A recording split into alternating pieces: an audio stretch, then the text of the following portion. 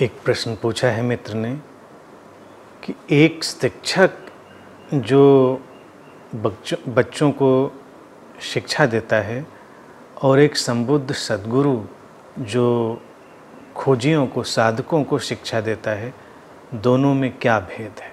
कृपया इसे बताएं। जिसे हम शिक्षक कहते हैं, टीचर कहते हैं, वो जो ज्ञान है यानी कि जो इन्फॉर्मेशन है उसको शेयर कर रहा होता है, वो हमें सूचनाएं दे रहा होता है। और जिन सूचनाओं का अभाव है, जिन इन्फॉर्मेशन की कमी है, वो उस शिक्षण से पूरी होती है।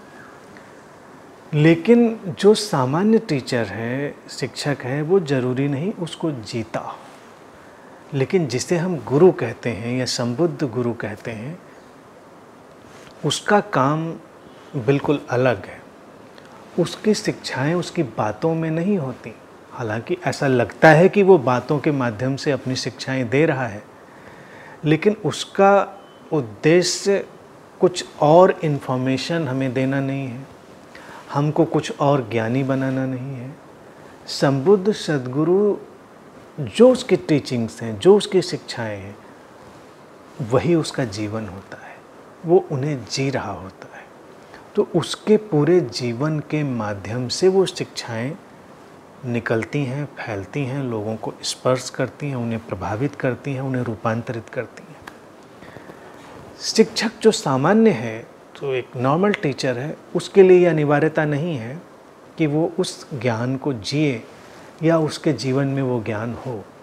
वो दोनों में अंतर रखते हुए भी कार्य कर सकता है। अब जैसे मान लो कोई भी टीचर तुमको किसी भी तरह का ज्ञान दे रहा हो, लेकिन आवश्यक नहीं है कि उस ज्ञान की जीवन शैली भी उसकी हो। या ऐसा भी हो सकता है कि मान लो कोई चिकित्सक है, डॉक्टर है, उसके पास ज्ञान है, सूचना है, विशेषज्ञता है, लेकिन उसका जो व्यक्तिगत जीवन है वो उसके ज्ञान से बिल्कुल विपरीत हो सकता है। हो सकता है उसको पता हो कि स्वास्थ्य के लिए क्या ठीक है, स्वास्थ्य के लिए क्या ठीक नहीं है, लेकिन अपनी जीवन शैली में वो उन चीज़ों को ना अपना रहा हो। ऐसा अंतर कई बार देखा गया है।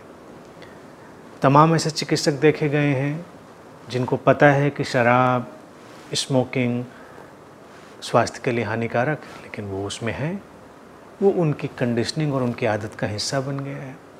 तो जो नॉर्मल टीचर होगा, उसके जिसको कहते हैं कथनी और करनी या जीवन शैली, उसमें कोई ना कोई भेद होगा।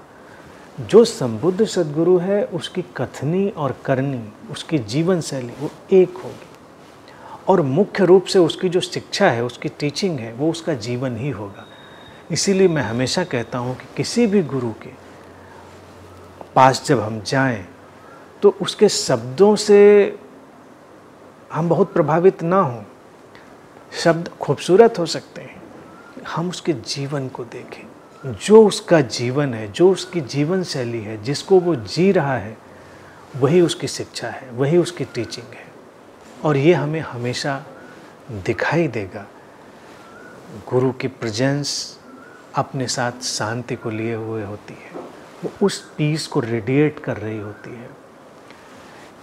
जो समझ और स्वीकार वो तमाम तरह से हमको बताएगा, वो उसके पूरे जीवन में रचा बसा हुआ होगा। तो बस यही सीधा सा अंतर है कि संबुद्ध सद्गुरु का जीवन ही शिक्षा हो गया होता है, और जो अभी नॉर्मल टीचर है उसके लिए अनिवार्यता नहीं है।